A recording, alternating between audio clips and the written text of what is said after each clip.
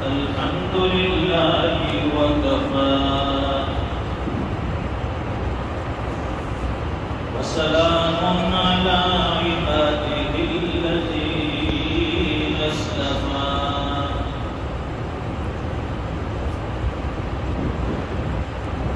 خصوصا على أفضلهم وخاتم النبيين محمد الأمين وعلى آله وأصحابه أجمعين. أما بعد فأعوذ بالله من الشيطان الرجيم. بسم الله الرحمن الرحيم. بل تؤثرون الحياة الدنيا والآخرة خير وأبقى إن هذا لفي الصحف الأولى صحف إبراهيم وموسى. صدق الله العظيم. ایک مرتبہ عظمت کے ساتھ درود پاک پڑھیں. اللهم صل على سيدنا ومولانا محمد وعلى آل سيدنا محمد وبارك وسلم. بزرگوں اور دینی بھائیوں، اللہ تعالیٰ نے زندگی بہت قیمتی عطا فرمائی. یہ زندگی ہے مختصر لیکن بڑی قیمتی زندگی ہے، اس لیے کہ آخرت کی زندگی کا دار و مدار دنیا کی زندگی پر ہے.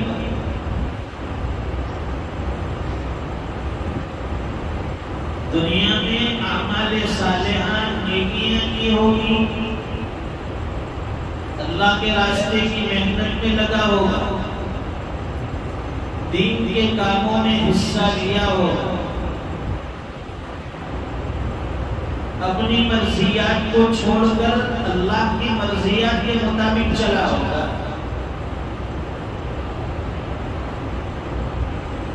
تو ایسی زندگی کی آخرت میں بڑی قدر ہے، بڑی ویلیو.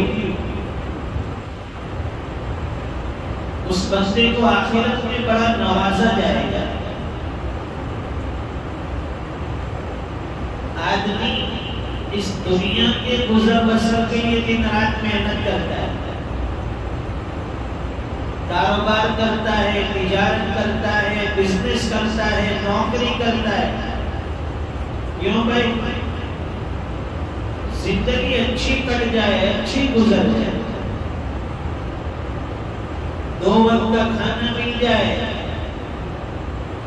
وقت پر سونا مل جائے، سر ڈھانپنے کے لیے بہترین مکان ہو. اس کے لیے ساری دوڑ دھوپ محنتیں. وہ آخرت تو لامحدود ہے، وہ طویل زندگی آنے والی ہے. یا آنکھ بند ہونے کے بعد وہاں کی زندگی شروع. لوگ یہ سمجھتے ہیں کہ موت یہ زندگی کا خاتمہ ہے. موت یہ زندگی کو ختم نہیں کرتی بلکہ نئی زندگی کی شروعات. اس لیے اللہ والے نے بڑی اچھی بات کی. موت کو سمجھا ہے کافی اختتام زندگی ہے، یہ شام زندگی صبح دوام زندگی. فرمائے کہ بھائی یہ موت دنیا کی زندگی کی شام ہے اور ہمیشہ کی زندگی کی صبح ہے. دنیا کی زندگی کی شام موت سے شروع ہوتی ہے اور آخرت کی زندگی کی صبح موت سے شروع ہوتی ہے. یہ چھوٹی سی زندگی ختم ہو جائے گی اور ہمیشہ کی زندگی لامحدود وہ شروع ہونے والی ہے. اس کے لیے اتنی محنت درکار ہے جتنا ہمیں وہاں رہنا ہے. دنیا میں اتنی محنت کیجیے جتنا یہاں رہنا ہے اور آخرت کے لیے اتنی محنت کیجیے جتنا ہمیں وہاں رہنا ہے. ہمارا بالکل الٹا ہے. جہاں عارضی طور پر رہنا ہے وہاں کے لیے سب کچھ داؤ کر محنتیں کریں اور جہاں ہمیشہ کے لیے رہنا ہے وہاں کے لیے کوئی محنت نہیں, کوئی تیاری نہیں. ایک دن اچانک خبر آ جاتی ہے کہ فلاں آدمی دنیا سے چلا جائے. اعلان کرنے والے اعلان کر دیتے ہیں, غسل دینے والے غسل دے دیتے ہیں, قبر کھودنے والے قبر کھود کر چھوڑ دیتے ہیں, دفنانے والے دفنا کر چلے جاتے ہیں. اب قبر میں اس کا کیا حال ہے وہ جانتا ہے, اس کے اعمال جانتے ہیں, اس کا رب جانتا ہے. وہاں کوئی پوچھنے نہیں آئے گا, وہاں بیوی ساتھ نہیں آئے گی, اولاد ساتھ نہیں آئے گی, بھائی بہن ساتھ نہیں آئے گی. وہاں ہمیں ہماری زندگی کا حساب دینا ہے. اب لاؤ حساب, ہم نے اتنی طویل زندگی عطا فرمائی, اتنی بہترین جوانی عطا فرمائی, اتنا مال و دولت, اتنی نعمتیں دی, لائیے سب کا حساب دیجیے. اس وقت ہمیں پچھتانا نہ پڑے, افسوس اٹھانا نہ پڑے. اس لیے ہمیں جب تک آنکھ یہ کھلی ہے, یہ کیمرے چل رہے ہیں, وہاں تک آخرت کی تیاری میں لگیے, محنتیں کیجیے. زبان پر اللہ کا ذکر جاری ہو تاکہ بندے وقت کلمہ نصیب ہو جائے. یہ دنیا ساتھ دینے والی نہیں ہے اور یہ ساتھ آنے والی بھی نہیں ہے. اس لیے فرمائے کہ دنیا کے پیچھے بہت زیادہ بھاگ دوڑ مت کرو. جتنا تم اس دنیا کے پیچھے بھاگو گے دنیا تم سے آگے بھاگے گا. وہ آج تک کسی کے ہاتھ میں نہیں آئی کہ ہمارے ہاتھ میں آنے والی. اس نے سب کو دھوکہ دیا ہے, ہمیں بھی یہ دھوکہ دیا. حضرت عبداللہ ابن مبارک رحمۃ اللہ علیہ کا نام سنا ہوگا. بڑے اونچے درجے کے ولیوں میں شمار ہوتا ہے. زاہد ہیں, عابد ہیں, صوفی ہیں, فقیہ ہیں. اللہ تعالیٰ نے بڑے علم و فضل سے نوازا, تقوی طہارت سے نوازا. ان کی بھی زندگی عیش و آرام والی تھی. ابتدا میں مال و دولت کی ریل پہ, زمین جائیداد, نوکر چاکر اور زندگی کھانے پینے کی, پلانے کی, یہ زندگی تھی ان کی. کھاؤ پیو پلاؤ, شراب شباب, یہ زندگی تھی. اور ان کے پاس باغات تھے, سیب کے باغات, ایپل, اس کے باغات بھی تھے. ایک مرتبہ جب سیب پکنے کا موسم آیا, اپنے دوستوں کو لے کر باغ میں چلے گئے. سب ساز و سامان عیش و آرام کا, وہاں سب عیش و آرام مجلسیں ہو رہی ہیں, دوستوں کے ساتھ کھانے پک رہے ہیں, پینا پلانا چل رہا ہے اور ساتھ میں موسیقی بجا رہے ہیں. موسیقی جو ستار بجاتے ہیں, اس زمانے میں یہ بہترین باجا کہا جاتا تھا, ستار. حضرت عبداللہ ابن مبارک رحمۃ اللہ علیہ خود بھی بہترین ستار بجانے والوں میں سے.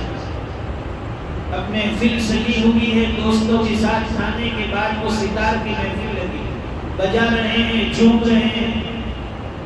بجاتے بجاتے ان کی آنکھ لگ گئی, سو گئے. اب ستار بھی ساتھ میں, وہ ساز ان کے ساتھ میں تھا. جب آنکھ کھلی دیکھا کہ یہ ستار بھی ہاتھ میں, پھر بجانا شروع کیا, لیکن وہ بجتا نہیں. اس کے تار ٹھیک کیے, پھر بھی نہیں بجتا ہے. بار بار کوشش کی, 2-3 مرتبہ کوشش کرنے کے بعد وہ بجا, لیکن اب بھی مرتبہ اس کے اندر سے ستار سے گانے کی اور موسیقی کی آواز نہیں ہے, بلکہ قرآن کریم کی ایک آیت کی آواز آئی ستار کے اندر سے. وہ تار کو چھیڑ رہے ہیں، ہلا رہے ہیں، بجا رہے ہیں، اندر سے قرآن کریم کی آواز آئی، أَلَمْ يَأْنِ لِلَّذِينَ آمَنُوا أَن تَخْشَعَ قُلُوبُهُمْ لِذِكْرِ اللَّهِ۔ دیکھیے، جب اللہ تعالیٰ کسی بندے کو ہدایت سے نوازنا چاہتے ہیں تو کیسی کیسی چیزوں سے اس کی رہبری کرتے ہدایت کی طرف سے لے جاتے ہیں۔ یہ ستار اصل میں گانے بجانے کی چیز ہے، لیکن اللہ تعالیٰ نے یہی ستار ان کی ہدایت کا ذریعہ بنایا۔ اندر سے قرآن کریم کی آیت، أَلَمْ يَأْنِ لِلَّذِينَ آمَنُوا أَن تَخْشَعَ قُلُوبُهُمْ لِذِكْرِ اللَّهِ۔ کیا ایمان والوں کے لیے ابھی وہ وقت نہیں آیا کہ ان کے قلوب اللہ کی یاد میں پسند جائے؟ وَمَا نَزَلَ مِنَ الْحَقِّ، جو اللہ تعالیٰ نے اپنے ساتھ نازل فرمایا اس کے سامنے ان کے دل نرم پڑ جائے۔ ایمان والوں کے لیے وقت نہیں ہے۔ یہ آواز سنی قرآن کریم کی آیت، حضرت عبداللہ ابن مبارک رحمۃ اللہ علیہ چونکے، اس میں سے قرآن کریم کی آواز آ رہی ہے۔ جب یہ آواز سنی زبان پر یہ الفاظ آئے، بلا یا ربی قد آن، اے میرے پروردگار کو وقت آ گیا ہے کہ ایمان والے تیری یاد میں ڈر جائیں، جو کچھ تو نے نازل کیا ہے اس کے سامنے اس کے دل نرم پڑ جائے۔ میں ان ساری چیزوں سے توبہ کرتا ہوں، اے اللہ تیرے دربار میں معافی مانگتا ہوں، پچھلی زندگی سے توبہ کر لیتا ہوں۔ تائب ہو، توبہ اللہ کو بڑی پسند ہے، بچوں کی توبہ۔ اتنا بھی بڑا گنہگار ہو، اتنا بھی بڑا شرابی ہو، کبابی ہو، جواری ہو، سچے دل سے اس کے دربار میں معافی مانگ لے، وہ رب 70 ماہوں سے زیادہ رحیم ہے، کریم ہے، مہربان ہے۔ ایک ماں بچے کو آسانی سے معاف کر دیتی ہے، ایسی 70 ماہوں سے زیادہ رحیم اور کریم ہے میرا رب۔ اتنا بھی بڑا گنہگار ہو، اسے اپنے سینے سے لگا لیتے ہیں پروردگار، اسے اپنی آنکھوں سے رحمت میں ڈھانپ لیتے ہیں۔ حضرت عبداللہ ابن مبارک رحمۃ اللہ علیہ نے وہ ساری زندگی چھوڑ دی، اب دین کے لیے لگ گئے، اپنی زندگی کو دین کے لیے وقف کر دیا۔ یہی عبداللہ ابن مبارک رحمۃ اللہ علیہ ایک مرتبہ بغداد میں ہارون رشید اپنے محل میں بیٹھے ہوئے تھے، محل کے بالا خانے میں شام کے وقت اپنی بیگم کے ساتھ بیٹھے ہوئے تھے۔ ایک بڑا شور سنا انہوں نے، زور کی آواز آئی، لوگوں کے چیخنے چلانے کی شور کی ایک آواز آئی۔ حضرت عبداللہ ابن مبارک رحمۃ اللہ علیہ کا دور، ہارون رشید کی خلافت، آدھی سے زیادہ دنیا پر حکومت، انہوں نے فوراً اپنے سپاہیوں کو دوڑایا کہ دیکھیے شہر کے باہر یہ زور زور سے کیا آوازیں آ رہی ہیں، کہیں دشمن نے حملہ تو نہیں کر دیا؟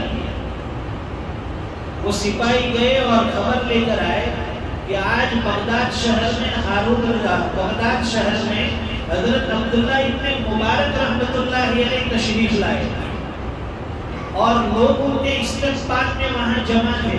جب حضرت وہاں تشریف لائے تو حضرت کو ایک چھینک آئی، چھینک، اس پر انہوں نے الحمدللہ کہا، سارے مجمع نے جواب دیا یرحمک اللہ۔ یہ اس مجمع کی آواز تھی جو آپ کے محل تک پہنچی۔ ہارون رشید کی بیگم نے کہا کہ تم اپنے آپ کو بادشاہ سمجھتے ہو، آدھی سے زیادہ دنیا پر تمہاری حکومت ہے، لیکن حقیقت میں بادشاہت ان لوگوں کا حق ہے کہ یہاں مجمع کو کسی نے جمع نہیں کیا، بس وہ خود بخود حضرت عبداللہ ابن مبارک رحمۃ اللہ علیہ کی محبت میں جمع ہو گئے، اسے کہتے ہیں بادشاہ۔ تو حضرت عبداللہ ابن مبارک رحمۃ اللہ علیہ فرماتے ہیں کہ ابتدا میں جب میں مالدار تھا تو میری بیٹھک، میری صحبت، میرا اٹھنا بیٹھنا مالداروں کے ساتھ تھا۔ جب میں اپنی سواری پر جاتا تھا دوستوں کے پاس تو دل میں خوشی ہوتی میرے پاس بہترین سواری، لیکن جب دوستوں کے پاس پہنچتا تو دیکھتا تھا کہ میری سواری سے اچھی سواری ان کے پاس ہے، میرے دل میں تکلیف ہوگی، میں بازار سے بہترین لباس خرید کر لاتا، اسے پہنتا تھا، دوستوں کی محفل میں جاتا تھا، دیکھتا تھا کہ ان کے لباس میرے لباس سے عمدہ ہے، مجھے تکلیف ہوئی،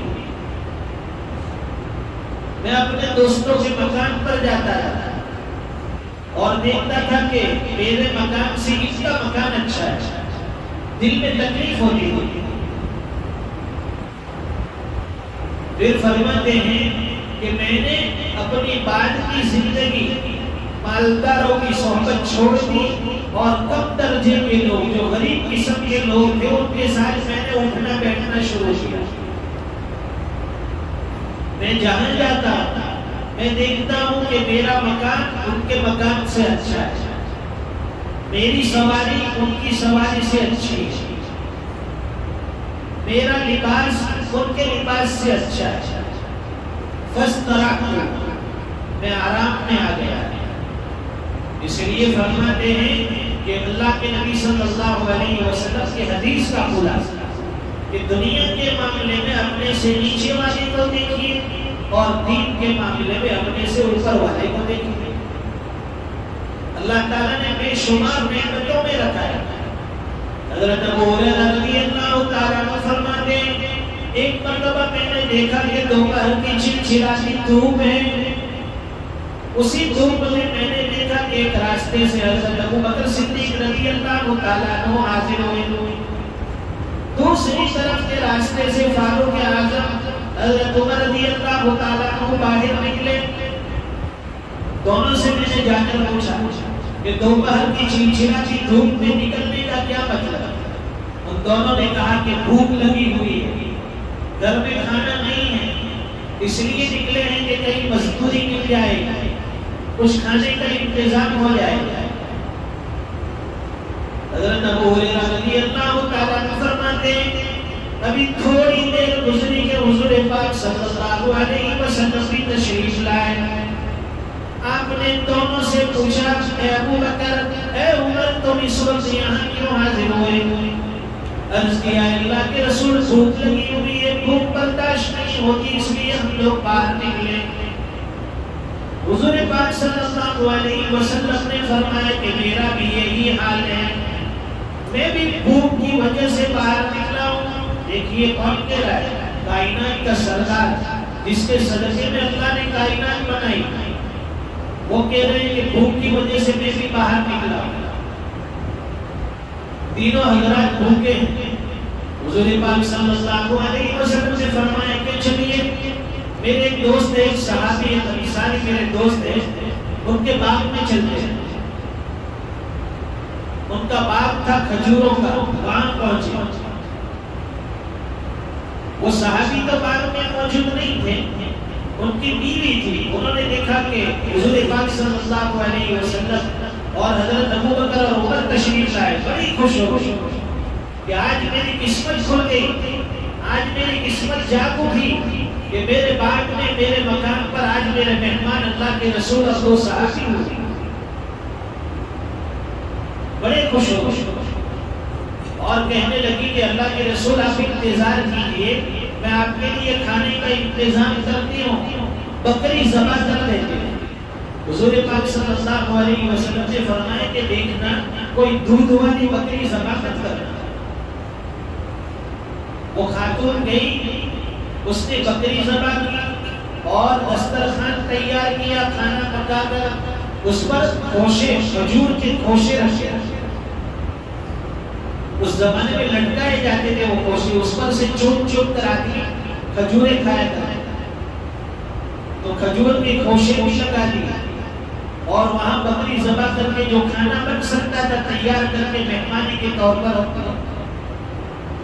حضور پاک صلی اللہ علیہ وسلم نے خود بھی تناول فرمایا، حضرت ابو بکر نے، حضرت عمر نے، دونوں نے تناول فرمایا۔ کھانے سے فارغ ہوئے، اللہ کا شکر ادا کیا۔